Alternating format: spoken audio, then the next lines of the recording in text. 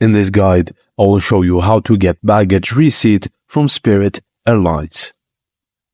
Begin by opening your web browser and go to spirit.com. Look for the My Trips section on the Spirit Airlines website and click on it to proceed.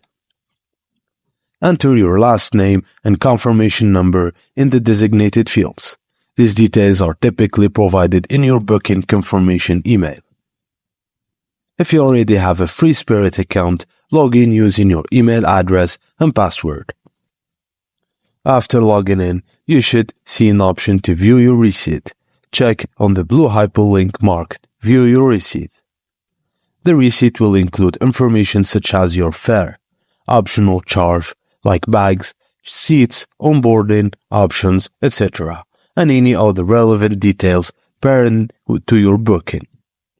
Once you have reviewed the receipt and confirmed that all the details are accurate, you can proceed to print it using your browser's printing functionality.